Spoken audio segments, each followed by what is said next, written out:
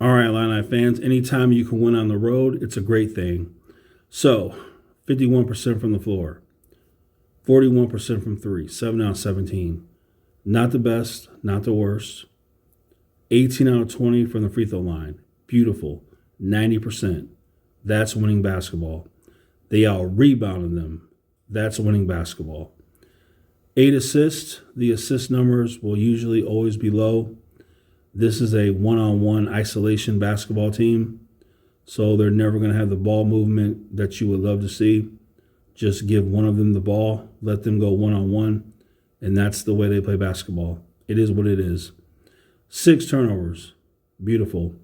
Single-digit turnovers. The lower the number, the better. For Illinois, just to have 6, amazing. That's winning basketball. Quincy tonight had a rough night. 5 points, 2 rebounds in 22 minutes. Coleman had a rough night. 5 points, 2 rebounds. Marcus, good night. 23 points, 3 rebounds, 8 for 8 from the free throw line, 7 out of 12 from the floor. Really good night by Marcus. Ty Rodgers had a pretty darn good night for himself. 13 points, 10 rebounds, 5 of 6 from the floor, 3 for 3 from the free throw line. Shannon Jr. getting himself back into it. Took a step forward tonight. Still has some steps to take to get back to where he was.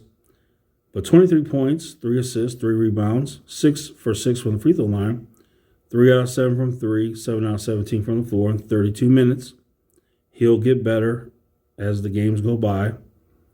Hansberry got 4 minutes, scored a bucket. Dane in 11 minutes because of Coleman Hawkins' foul trouble.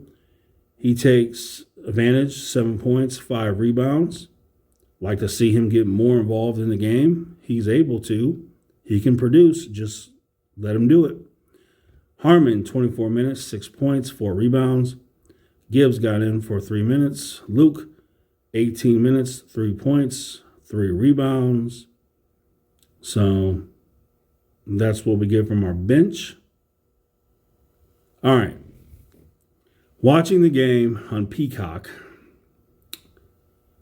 there was a critical moment in the game, second half. Coleman Hawkins is guarding some lame dude, and the dude flops. A blind man could see it was a flop. But they called on Coleman Hawkins. Coleman Hawkins, being very emotional, remember, he grew up with all women, all females. He had all sisters. He played basketball with them. So he's been surrounded by females his whole life. So Coleman Hawkins, when he gets emotional, he reacts like a female, starts jumping up and down, and he got a technical foul, which being the fourth foul for him, the technical being the fourth, had to go to the bench. The dude makes both free throws. The next play, Terrence Shannon Jr. gets called with a phantom foul. He didn't foul him. The referee, I don't know what that ref was thinking. So that's the situation right there. Coleman gets called with a phantom foul because the dude flopped. He gets emotional, gets a technical foul. Dude makes both free throws. The next play, Terrence Shannon gets called with a phantom foul. Ohio State gets the ball again and scores. Right then and there, Illinois could have hung their head. They could have been frustrated. They could have been emotional. They could have been angry. They could have felt like the refs are cheating them. It could have turned bad really quick. But this team showed tremendous poise. They showed national championship poise. They didn't hang their head. They didn't get emotional. They actually played better basketball from that point on. So that's winning basketball. That's the type of thing I see with this team, is in moments like that where the referees back-to-back have called phantom fouls. It's easy to get emotional, get angry, feel like the refs are cheating you, lose your composure, but Illinois didn't. They showed tremendous poise, and that just makes me believe that this team truly is ready to win a national championship. And tonight, if you look at the scoreboard tonight, number 5, Tennessee lost to a unranked team. Number 3, North Carolina lost to Georgia Tech, an unranked team. The moral of the story is there is no great team in college basketball, not one. And this is an absolute fact, period. Therefore, in the land of average to decent teams, Illinois has just as good a chance as any team in the country at winning a national championship. And this team is built with senior leadership. They have a lot of maturity, and that's going to help them win a national championship. This team has 4 starters who are seniors. That is going to bode well for them in the tournament.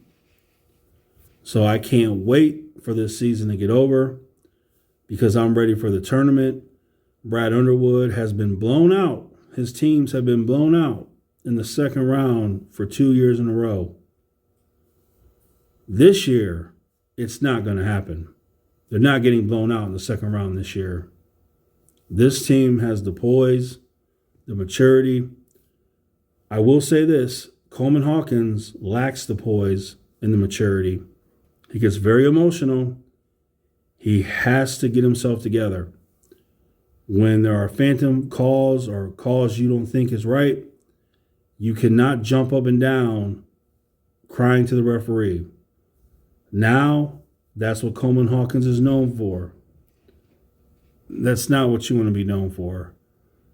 Once the word goes around to the refs that, hey, this Coleman Hawkins dude's, he likes to cry and jump around when he doesn't get his way, that's not going to help the team.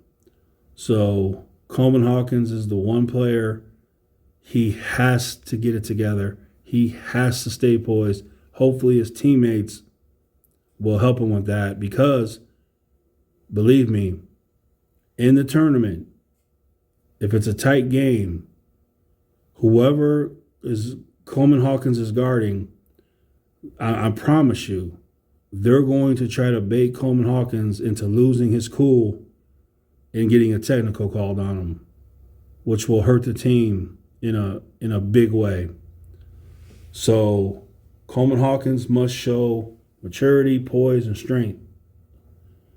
If he can do that, we're good to go. But this team is going to win a national championship because of the senior leadership,